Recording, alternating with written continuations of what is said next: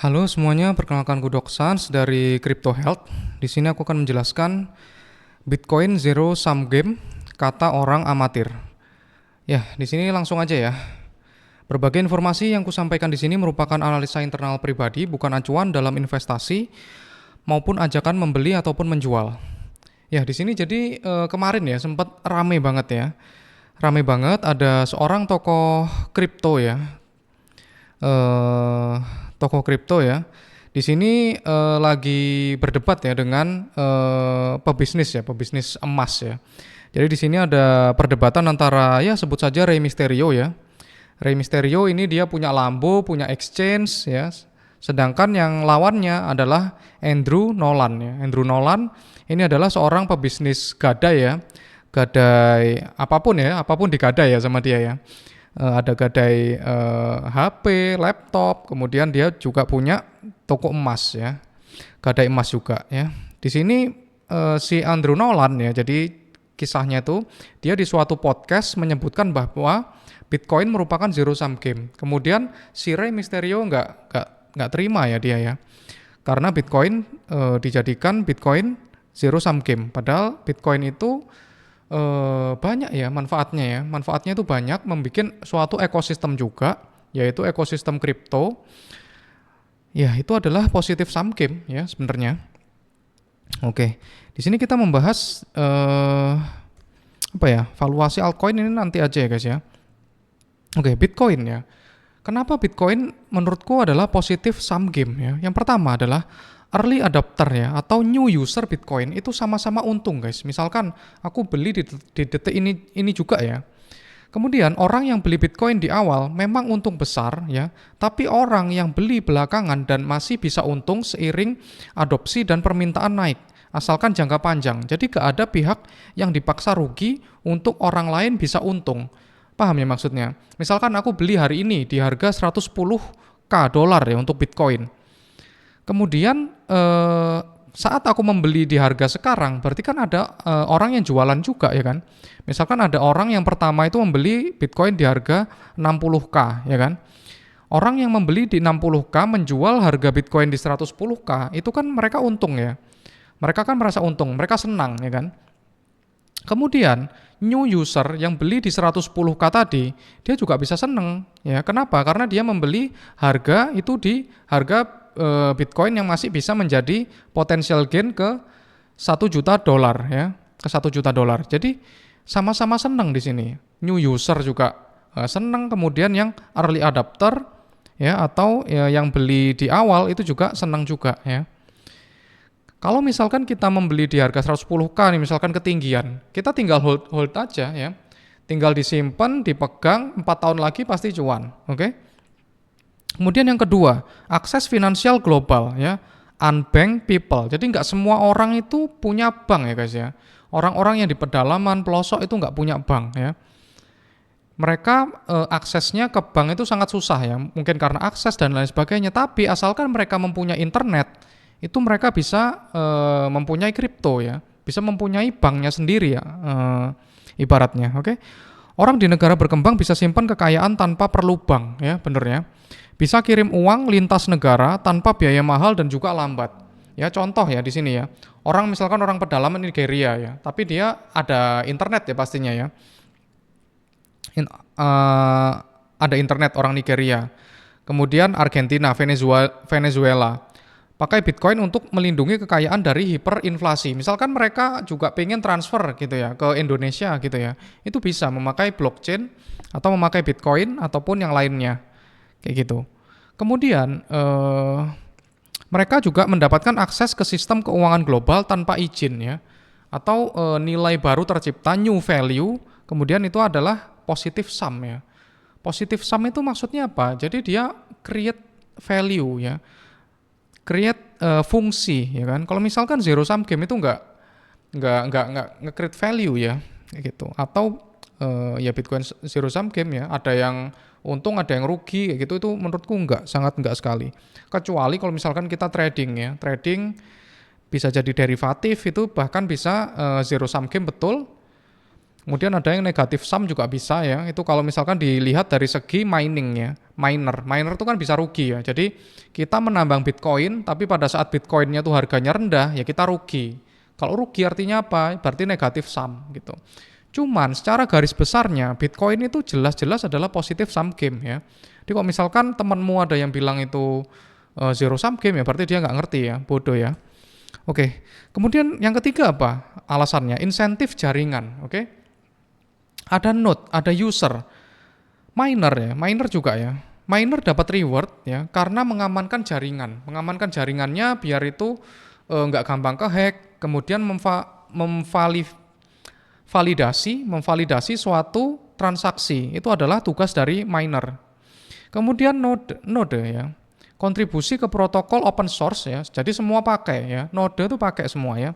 Kemudian user, simpan kekayaan dan transaksi tanpa pihak ketiga ya, tanpa melibatkan pihak ketiga.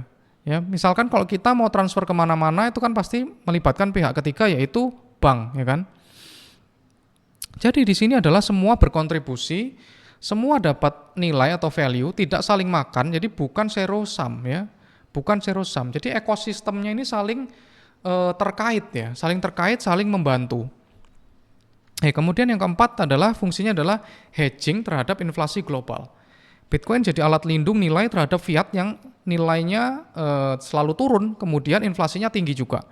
Tidak harus rugikan siapapun ya, hanya update dari sistem lama ke sistem yang baru yang lebih efisien dan adil ya. Jadi Bitcoin ini sebenarnya adalah suatu komoditas yang adil guys ya, tidak bisa dicetak. Sistem lama bisa tetap eksis, tapi yang memilih keluar dari fiat itu punya alternatif lain yaitu Bitcoin ya. Selama ini kan kita nggak punya alternatif ya. Beli emas, kadang itu emas itu juga belinya kan juga nggak bisa pecahan ya kan, nggak bisa kita beli emas itu 10.000 rupiah itu nggak bisa kan. Tapi kita beli Bitcoin 10.000 rupiah itu bisa, oke? Oke, Bitcoin ya merupakan teknologi yang mempunyai value dan soon akan diadopsi massal. Tidak mungkin disebut zero sum game ya. Kalau zero sum game itu biasanya naik ya, naik tinggi kemudian langsung turun, nggak ada kenaikan lagi ya. Jadi cuma satu siklus saja. Itu adalah zero sum game ya. Kalau misalkan dia naik turun itu ya nggak zero sum game guys ya. Itu ada bisnisnya sama seperti saham, sama seperti perusahaan, sama seperti itu. Karena pada akhirnya Bitcoin digunakan untuk mempermudah transaksi keuangan di masa depan ya. Kita bisa dengan bebas mengatur uang kita dalam bentuk Bitcoin tanpa campur tangan pihak lain. Bitcoin disebut juga freedom money ya. Jadi kita menyimpan punya kita sendiri yang nggak dititipin. Kita menyimpan uang di bank itu kita menitipkan uang ya di bank ya. Jadi pada saat kita menabung di bank, uang kita tuh sebenarnya udah bukan uang kita lagi gitu ya. Karena kita nitipin uang kita di bank ya. Makanya kita bisa diblokir akunnya ya, kayak gitulah. Itu kecurangan ya. Oke, tapi ingat dalam jangka pendek ya trading Bitcoin, emas bisa terlihat seperti zero sum ya. Emas pun juga zero sum bisa guys. Kita beli di detik itu kemudian kita jual ya. Kita kena namanya biaya spread ya. Itu langsung zero sum. Ayo gimana? Dalam trading harian satu orang jual di pucuk ya atau di puncak. Orang lain beli lalu rugi. Ya ini zero sum ya. Itu emang zero sum. Trading derivatif itu zero sum. Tapi ini adalah masalah perilaku pasar jangka pendek, bukan sifat asli dasarnya dari Bitcoin. Oke, Bitcoin. Banyak yang bertanya, dok, BTC kan nggak ada underlying-nya ya. Jadi underlying atau aset dasar dari Bitcoin itu apa? Underlying-nya adalah mata uang fiat yang terus dicetak. Ya. Bitcoin dan juga emas adalah sebagai penyelamat dari pencetakan uang yang membabi buta. Yang kedua adalah energi listrik ya. Energi listrik yang digunakan sebagai mining Bitcoin yang juga berfungsi untuk memvalidasi transaksi di blockchain Bitcoin. Jadi kita harus mencari hard asset yang tidak bisa dicetak sembarangan dan anti inflasi. Jawabannya apa? Ya Bitcoin. Emas juga bisa ya guys ya. Underlying-nya apa? Underlying-nya adalah ini. Mata uang fiat yang terus dicetak. Oke, di sini tadi yang sudah aku bilang ya, harga Bitcoin selalu naik. Kita beli di pucuk, tinggal tunggu 4 tahun naik lagi. Misalkan kita beli di pucuk nih, apes kita beli di pucuk ya udah tinggal tunggu aja 4 tahun nanti naik lagi seperti itu. Jadi untuk Bitcoin itu adalah pemaaf. Kalau misalkan kita belinya nih di pucuk gitu ya, kemudian telat serok, telat jual, Itu ya kita tinggal nunggu 4 tahun lagi ya. Atau kita bisa terus mencicil Bitcoin-nya. Nah ini ya, the real zero sum game itu adalah fiat sebenarnya ya guys ya. Fiat ya. Jadi purchasing power dari US dollar itu menurun 99% ya guys ya. 90% itu berkurang ya. Jadi misalkan kita beli bakso dulu ya 500 rupiah, 1000 rupiah itu bisa dapat satu mangkok ya. Sekarang cuman dapat setengah pentol ya. Cuman setengah pentol aja sekarang itu ya kan. 1000 rupiah karena biasanya harganya 2000. Oke, waktu mungkin ya generasi milenial ya. Generasi milenial itu kalau beli bakso itu 1000 itu udah dapat satu mangkok guys. Sekarang setengah pentol. Oke, sekarang kita harus membahas Bitcoin dan juga emas. Ya, di sini ya kita harus mencermati gambar yang di samping kiri ini adalah yang paling penting menurutku ya. Gambar di samping ini sangat mengubah pola pikirku ya. Jika kalian mau memperoleh benefit dari fiat, gold, saham ya, tugas kalian sederhana, belilah Bitcoin ya. Menurutku itu adalah yang paling yang paling useful ya. Oke. Jadi choose wisely your investment ya. Kalau kamu ingin mendapatkan manfaat dari fiat ya. Kenapa kok fiat ya? Karena dia transaksinya mudah ya guys ya. Siapapun bisa menerima, oke? Mendapatkan manfaat dari fiat, kemudian mendapatkan manfaat dari kelangkaan dari gold. Kemudian kalau kamu juga ingin mendapatkan gains atau kenaikan harga seperti stok ya. Itu semuanya kalian bisa mendapatkan keuntungan ini dengan membeli Bitcoin ya. If you want all of that in one assets, get Bitcoin ya. Kalian bisa mendapatkan ini sangat liquid, kemudian juga sangat langka. Kemudian dia juga bisa menghasilkan potential gain yang tinggi ya. Dari bear market sebelumnya ya, Bitcoin sudah naik berapa persen ya? Bottomnya ya di siklus kemarin itu di 16 ribuan ya, di 16 ribuan. Sekarang udah naik 5 sampai 6x ya. Oke, di sini money properties ya. Di sini ada membandingkan antara Bitcoin dan juga gold ya. Kalau Bitcoin supply-nya 21 juta ya, nggak pernah dia nambah. Kalau misalkan gold ya, supply-nya tuh nambah 2% per tahun ya, 1,5%, 2% gitu ya. Kemudian Bitcoin ini untuk durable-nya ya, itu dia sangat durable ya. Secure by an open global network ya. Jadi dia dilindungi oleh global network dari miner tadi ya. Kemudian kalau gold ya, itu dia bisa dilelehkan menjadi perhiasan. Portable-nya Bitcoin ya, portable ya pasti ya. Jadi kalian bisa membeli Bitcoin misalkan kita punya 10M kayak gitu ya, Bitcoin kalian send atau kalian kirim ke negara lain, itu bisa nyampe instan ya. Jadi portabilitasnya adalah bagus. Kalau misalkan gold gak bisa ya, emas kita beli 10M kemudian kita masuk ke bandara, itu pasti kita bakalan malah dicurigai kayak gitu ya. Kemudian dari segi verifikasinya gimana untuk Bitcoin? Ya pasti ya anti fraud ya. Karena dia udah udah ada blockchain-nya yang untuk memverifikasi itu legal atau enggak, dan Bitcoin nggak bisa dipalsukan ya. Kalau emas bisa dipalsukan. Itu ya. Oke, dan lain sebagainya. Oke, jadi ini perbedaannya ya. Emas itu sudah digunakan ribuan tahun ya, 3000 tahun sebelum Masehi ya. Kalau misalkan Bitcoin itu masih baru ya. Jadi emas dan Bitcoin itu adalah hampir mirip ya sifatnya ya. Cuman Bitcoin itu versi upgrade dari emas menurutku. Ya, jadi sejak 2009 itu Bitcoin diciptakan oleh Satoshi Nakamoto. Kemudian bentuk emas itu bisa fisik, batangan atau koin ya. Bisa digital juga. Kemudian kalau Bitcoin itu digital only ya, jadi nggak ada bentuknya. Bitcoin itu nggak ada bentuknya guys ya. Kelangkaan untuk emas itu terbatas ya, tapi masih bisa ditambang ya, masih bisa ditambang, masih ada inflasinya. Kemudian untuk Bitcoin sangat terbatas, totalnya 21 juta Bitcoin. Keamanan dari pemalsuan, emas bisa dipalsukan ya. Kalau Bitcoin hampir mustahil dipalsukan, nggak mungkin ya. Emas apakah bisa dikendalikan oleh pemerintah ya, sulit dikendalikan, tapi bisa disita atau diatur ya. Kemudian kalau Bitcoin tidak bisa dikontrol langsung oleh pemerintah. Ya, dari segi harga untuk emas relatif stabil, kalau Bitcoin masih sangat volatil. Kenapa kok sangat volatil ya? Karena asetnya ini baru terbentuk baru ada di tahun 2029. Kemudian likuiditasnya emas gimana? Sangat tinggi, diterima secara global. Ya, bisa.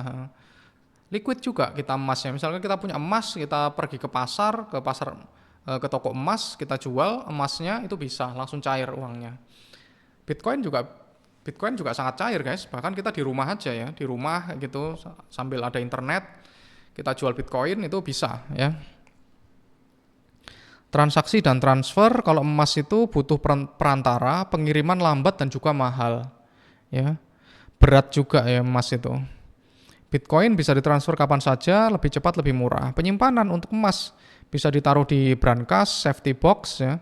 Kalau misalkan Bitcoin bisa disimpan di wallet, hot wallet, hard wallet gitu ya. Diversifikasi portofolio untuk emas sangat cocok dan stabil untuk jangka panjang.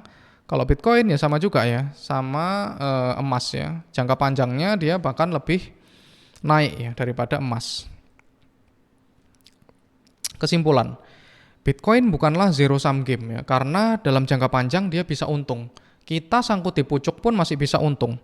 Kemudian Bitcoin adalah suatu teknologi peer-to-peer modern yang akan diadopsi massal, guys ya. Kemudian yang ketiga, Bitcoin adalah aset baru. Memang tidak selama emas ya, makanya harga dari Bitcoin ini lebih fluktuatif ya, lebih volatil dibandingkan emas. Bitcoin adalah aset kelas yang akan berdampingan dengan emas karena karakteristiknya yang hampir mirip. Kemudian yang kelima, Bitcoin mempunyai banyak keunggulan dibandingkan dari emas ya. Jadi menurutku daripada kita beli emas ya beli Bitcoin aja ya. Belilah hard asset seperti Bitcoin dan emas untuk store of value ya. Jadi kalau daripada kita menyimpan uang, menabung uang, mending kita beli emas atau beli Bitcoin juga oke. Kemudian yang ketujuh, yang paling penting adalah fiat adalah the real zero sum game ya. Dan kita pasti nggak diberitahu ya. Kita di sekolah nggak pernah diajarkan uang itu apa, kenapa kok kita harus mencari uang, ya kan? Padahal nilainya selalu turun ya, kayak gitu. Oke, di sini kalian bisa join ya with our positive community ya. Kalian akan dibimbing dari awal, dari cara membangun portofolio kripto yang benar sampai cuan bareng di market kripto. Mau bull market atau bear market, kita akan selalu cuan ya. Misalkan kalian masih baru nih, aku masih baru nih dok, gitu di kripto masih 2 bulan, 3 bulan. Nggak apa-apa, nanti bakalan aku bimbing ya, pribadi ya. Aku bimbing pribadi, setiap Sabtu itu biasanya ada konsultasi kripto ya, konsultasi kriptofolio itu baiknya gimana, kalian itu profil resikonya gimana, itu akan aku bantu dari awal ya. Oke, di sini kalian juga bisa bergabung ya, bisa bergabung di sini ya, adminnya nomornya di situ, bisa kalian chat, oke. Di sini dapat apa aja sih dok ya, dapat diagnosa ya, di diagnosa, misalkan kalian itu kriptonya hancur nih. Koinnya ngawur, banyak nggak dok yang di member ya atau di exclusive family ya, itu yang hancur waktu sebelum join banyak guys ya, banyak yang hancur, kemudian aku rombak kriptofolionya dan akhirnya cuan. Kemudian ada lagi video call ya, bedah kripto ya, dengan aku sendiri ya Dok Sans, kemudian dipantau kriptofolionya 1 bulan sekali, analisa top dari bull market 2025 itu kapan, Degen meme coin juga bisa, future juga bisa, community aktif yang sehat. Kemudian ada free webinar Crypto Glitch, cara kaya ala Michael Saylor. Kemudian ada secret internal analysis dan update harian dan makro analisisnya. Ya di sini banyak testimoninya ya, masih belum terupdate ya karena banyak banget ya sebenarnya. Jelas ini di sini banyak yang cuan ya. Kalian kalau misalkan mau bergabung dengan komunitas sangat welcome sekali. Oke, terima kasih ya. Ingat segala perbuatan buruk kita selalu ada balasannya. Kalau di dunia namanya karma, kalau di akhirat namanya dosa, so jangan lupa berbuat kebaikan. Oke, dan cuan selalu untuk kalian semua. Bye-bye.